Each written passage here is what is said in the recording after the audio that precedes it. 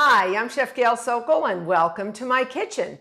Today we're in for a little bit of a fun treat. I am making pink peppercorn ice cream. And you heard me right, ice cream with peppercorns in it, but not black, sharp tasting, spicy peppercorns. These are pink peppercorns. They're actually pink in color. They look just like a black peppercorn, but they are pink, sort of like my blouse, my shirt. And they have almost a citrusy flavor. They do have a little tiny spice to them, not too much. And we're gonna make some ice cream with it. And it's an easy ice cream recipe and it has a delicious custard base to it. But before I get started, I want you to push that notification button because I want you to become a subscriber. I don't want you to miss any of my tips or videos because they're really pretty good. And I love having you in my kitchen. I really do. I feel like you're here with me. So, ice cream, let's get started. If you've never made ice cream before, this is a perfectly easy recipe to start with. So what I did was, because we're using pink peppercorns, I ground them coarsely in a coffee grinder.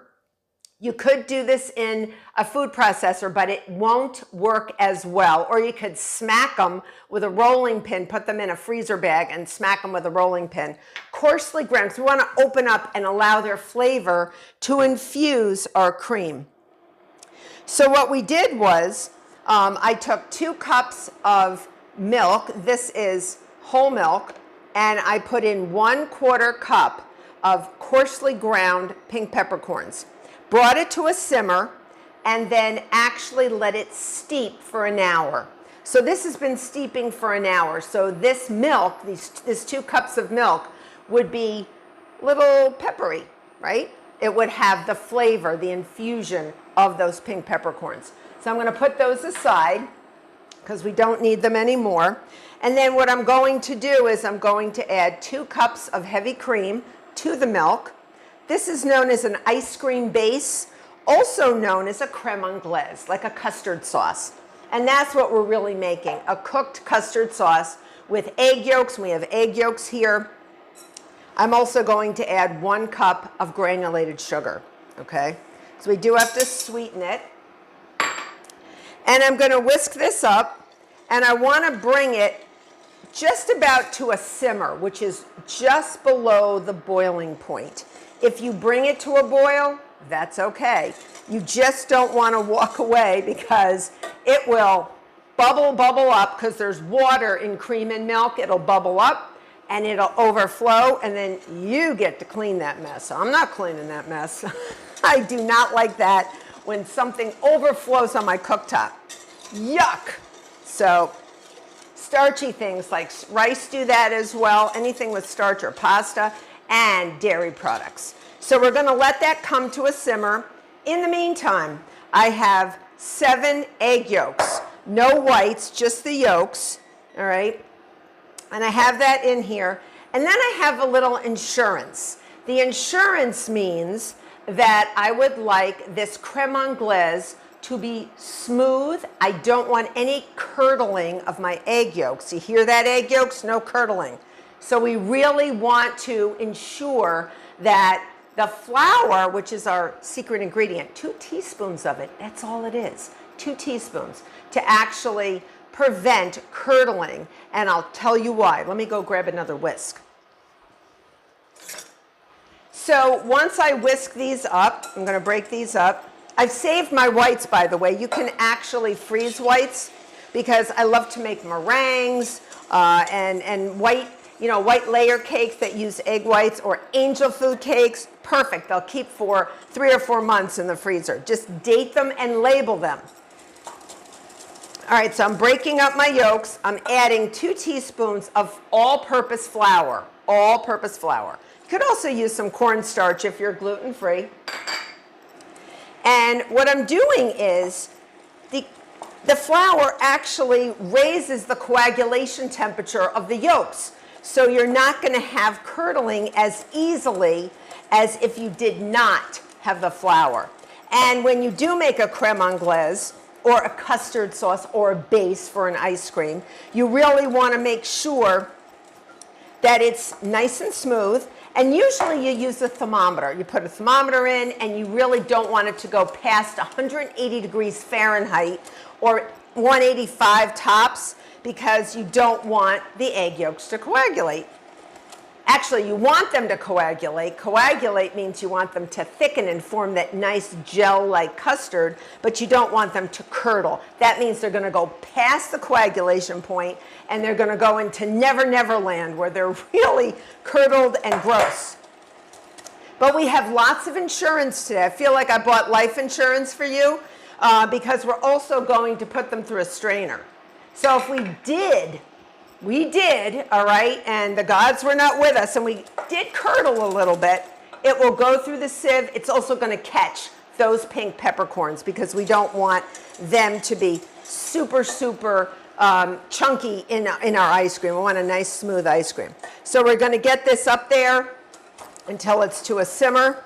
And again, very, very easy recipe. If you have the type of ice cream maker where you need to put your bowl in the freezer overnight, now's the time to do it, like the night before, and then you can freeze this ice cream tomorrow morning. I love to let the base chill in the fridge. That's where the milk and the cream and the flavoring agents like the pink peppercorns or whatever you have in there sort of meld together and get jiggy together, and they actually bring out the best flavor.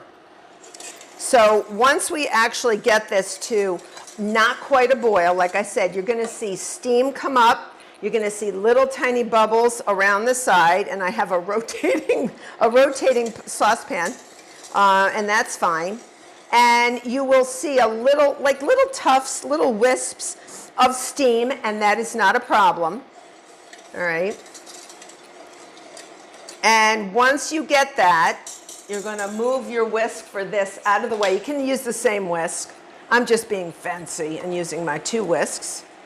And I am going to temper my eggs. You know when you go to a swimming pool in the summer and it's really hot out and the water's like super cold and you got to put your toe in, and then you got to put your leg in, and you gently, gently get in?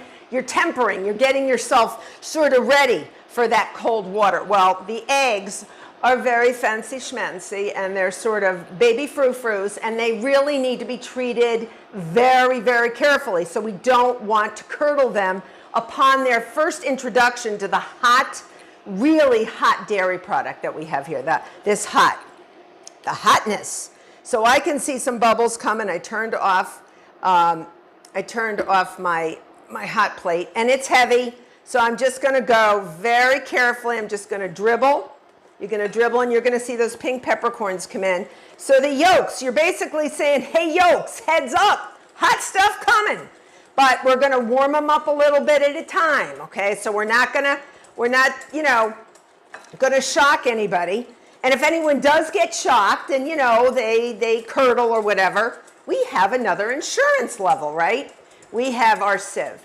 So we're gently going to put this in here. As you mix more and more in here, you can go a little faster. All right, some chefs actually, once they get about half in here, they put the rest back into the saucepan. And we're going to put the whole thing back into the saucepan. So I'm just going to wipe this off. I'm going to put this back onto my saucepan, turn it on. All right, I'm going to turn it on again. And we're going to go for a simmer. We're going to put the rest in. All right, all right, we got everything in there. Normally, I would try to actually put the whole thing in to temper it. Get about half in, and if your pot's super heavy, you know, don't worry about it. Just pour it back into the same pot. And now we're going for a simmer. But we're not going to answer the phone, folks. We're not going to answer the door. And if the kids want to be played with or the dog gives you a ball to throw, not now, all right? Not now. We're making ice cream. This is important. So in a few minutes, like 2 or 3 minutes, we are going to be able to see that this is going to coat the back of a wooden spoon, all right? Or even a metal spoon, because we have... we're forming like a gel. We're forming like a beautiful creme anglaise, like a French custard sauce, or a base for an ice cream, which is almost the same way you would make a pudding. So we're getting there, and I'm going to put in my wooden spoon in a little bit because I do see it thickening. The flour will also cause a little thickening, but we only have 2 teaspoons. That is basically raising the coagulation temperature of the egg yolk. So it will take a hotter heat and a longer time over that heat to actually get this to curdle. So we have a little time. Again, insurance that we don't curdle our ice cream base, all right? So I do see it getting nice and thick. Now I'm gonna bring over my sieve, which is in a heat-proof bowl. All right, the sieve is in a heat-proof bowl in a water bath, okay? All right, so now we're gonna shut this off, and we're gonna see how this is going. All right, so let's see. You see how we put our finger through, see how that's nice and thick? And we have a little pink peppercorn in there. And now we are ready to put this through our sieve. Here we go, do it slow. Slow and steady she goes. And you can see tiny little bits of pink peppercorn, I'll show you, that are going to get through that sieve. Okay, just the tiniest bits. I'm gonna put this in my sink. And when you raise this up, you're just gonna let this go through with a rubber spatula, and you're gonna see any curdlings, any little bits of egg that might have overheated on the bottom of the pan, and it does happen, even to the best chefs and the best bakers, it doesn't matter. And even though this isn't actually baking, it's baking adjacent. I'll have you know, because I serve lots of ice cream with my desserts, as you can see from my website. I even have a Basque pink peppercorn cheesecake, which is amazing. So if you've never tried that, you got to look that up on my website. And there is a wonderful recipe that goes with that. So you see all that pink peppercorn stuff? You got to toss it, all right? Because it's been through a little bit of stuff. It's been through a custard making. So I'm going to put that over here. And this is going to, I'm going to show you what this looks like. This is going to be chilled. I'm going to leave this in here until, you see how thick that is? It's sort of thick. You can actually see, boom. See, that's nice and thick. That is what we want. Or if you want to use a thermometer, you don't go any higher than 180 or 185 degrees Fahrenheit on a bimetallic stem thermometer or any type of thermometer that you like. So you can even try it at this point. It's hot. It's like a hot custard, thin custard. But once you cool it, it will thicken, and then you're ready. You do not put this in your ice cream maker until it is ice cold. So I always put it in the refrigerator. Remember, we want everybody getting jiggy together so our flavors come out, and we want this to really taste like pink peppercorn. This is a perfect ice cream for something like a chocolate dessert, like a rich chocolate dessert. It would be great with a fruit dessert. Anything where you want just a little, little kick, little je ne sais pas, or je ne sais quoi. So these are the pink peppercorns, and this is how I put them into this beautiful ice cream. And it doesn't have a white, bright look. It has a little bit of a tannish look with little tiny bits of the pink peppercorn. So I am going to chill this overnight, but I'm going to cover it with a piece of plastic wrap. And I'm going to run it through my ice cream machine, and I will see you back after I've done that. So I took my pink peppercorn base, as you remember, and I kept it in my bowl, covered it airtight, and put it in my refrigerator so that all the flavors melded together, and I did that overnight. And it got nice and chilled. And you never want to put an ice cream base in an ice cream maker unless the base is nice and chilled. Remember that. It'll actually process faster, and you'll get tinier little ice crystals that create the ice cream, and it'll just melt on the tongue. It won't taste icy or grainy at all. All right, so I took that base out. I froze it in my ice cream maker. I processed it, whatever ice cream maker you like to use. And then I scooped it out and put it in an airtight container. And then I dated, labeled it, and put it in my freezer for several hours till it got nice and hard. All right. And I love to serve this pink peppercorn ice cream with either a chocolate or a fruit dessert because it's really nice. It's slightly spicy with a fruit, or the deep chocolate and the sweetness of the chocolate or a fruit dessert really comes out nice. So I made a mini Linzer torte, which is raspberry filling and a beautiful Linzer crust. And I have a wonderful video on that on my YouTube channel, so you can obviously access that. And a great recipe for it as well. So let's adorn this.